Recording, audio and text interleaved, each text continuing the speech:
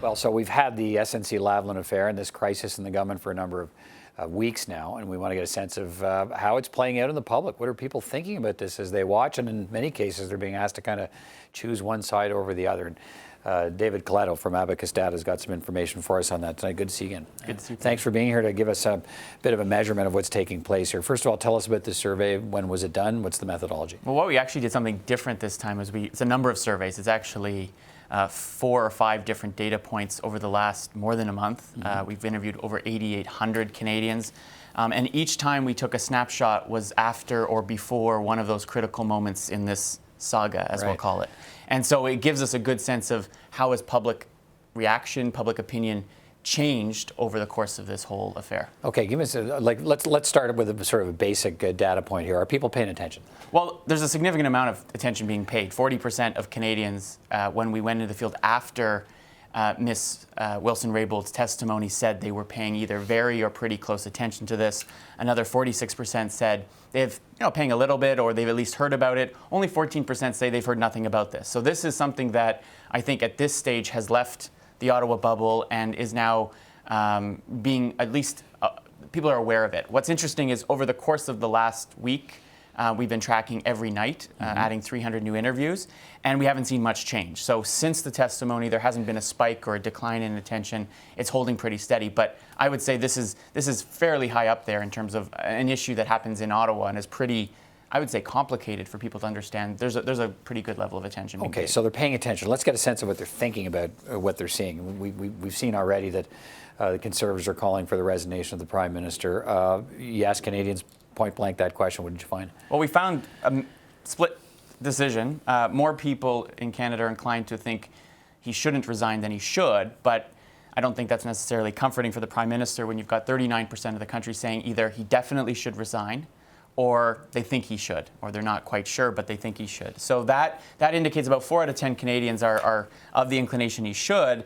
On the other side, you've got more people, though, 47% saying they either don't think he should or that he definitely should not, with, again, 14% saying they're not sure. So right now, again, this is something we're going to be tracking over time. The story's still unfolding, It's still unfolding every single day. And remember, all this data was collected before Dr. Philpott resigned from cabinet. So we don't even yet know what the impact of that is. All we know is up to that moment, there's the impact on the government is starting to be felt. Okay, given that we know Canadians are paying attention and this call for the resignation, how do Canadians feel about the Prime Minister overall? Well, what we've seen is a pretty significant decline in perceptions around the Prime Minister. Back in December, the last time we had a public survey, 44% had a positive impression of the Prime Minister. Over the course of this entire affair, those numbers have dropped to the point now where after the testimony of Ms. Wilson-Raybould, he's only had 33% of Canadians with a positive impression. So that's an 11-point drop over the course of a month, right? That's a significant shift of opinion. And it's important to note, except for one moment last March, the Prime Minister's always had more people like him than dislike him in our tracking. And so this is a real departure from where the public's view of the Prime Minister has been for basically since the time he's become Prime Minister. And so, okay, so that's what people are saying about the Prime Minister. What's happening with the other leaders? Are they gaining from these perceptions and changes around Justin Trudeau? What's happening? Well, what we're seeing is actually very little change in perceptions of the 2 other main party leaders. Andrew Scheer's numbers have gone up and down a little bit, but nothing significant. Slightly more people view him positively than negatively. But you can see over the course of this whole drama or affair, despite the attention he's gotten and calling for the Prime Minister to resign, people haven't really changed their view on him. The same is true of Jagmeet Singh, the New Democrat leader. We don't see very much change at all. And you have to also keep in mind he won his by-election at the juncture within our tracking, and even that victory hasn't really given him much lift. More people view the New Democrat leader negatively than view him positively, and that's been the same right throughout this period. Okay, let's get to the sort of ballot box question. When you ask people, let me frame it another way. What can you tell us about how this might be influencing voter choices? Well, right now it's having an impact. What's interesting, and this is why I thought our study was so fascinating, is for a big part of the month of February, when this whole discussion was happening and the controversy was sort of picking up steam, we didn't see much change in people's vote intentions. The Conservatives and the Liberals were basically neck and neck, and that was what we saw in December. So from the end of last year all the way pretty much to the end of February, the Conservatives and the Liberals were within 1 or 2 points of each other. Then Ms. Wilson-Raybould testifies in front of the Justice Committee, and after that moment, we saw the gap open up to 6 points, and that's basically where we are today, again, prior to Dr. Philpott resigning. We don't know. This could be getting worse for the Liberals.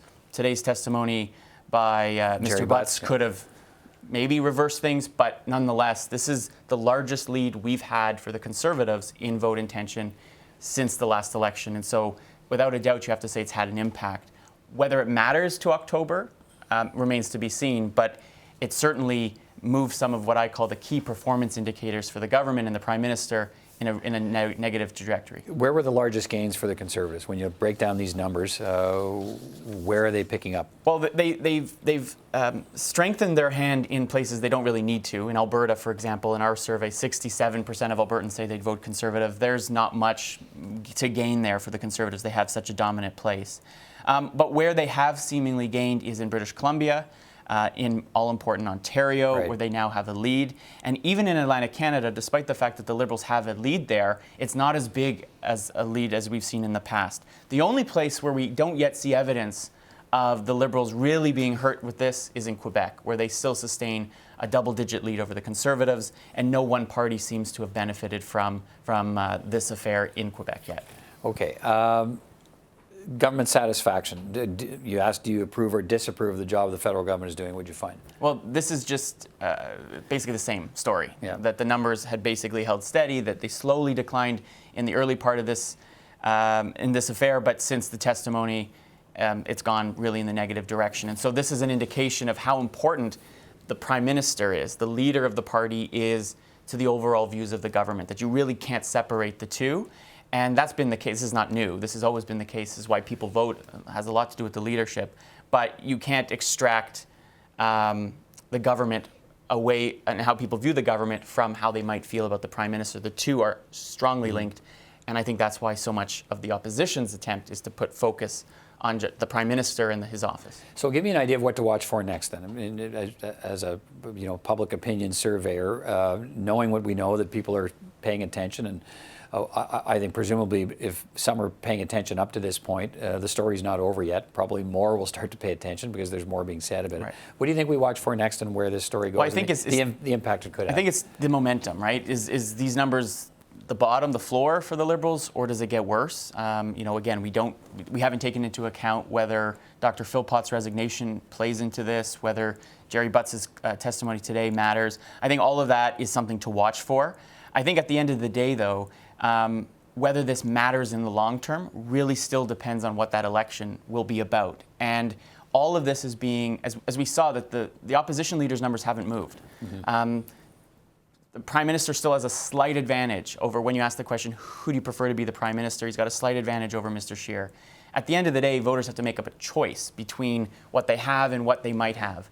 And I think we're still seeing all of this in the vacuum of, this is about the Prime Minister, this is about the conduct of his government, and people haven't yet, I think, taken into account who that alternative might be. We won't know that until later, but there's no doubt that for 3.5 years, we've been watching this government kind of survive a lot of things.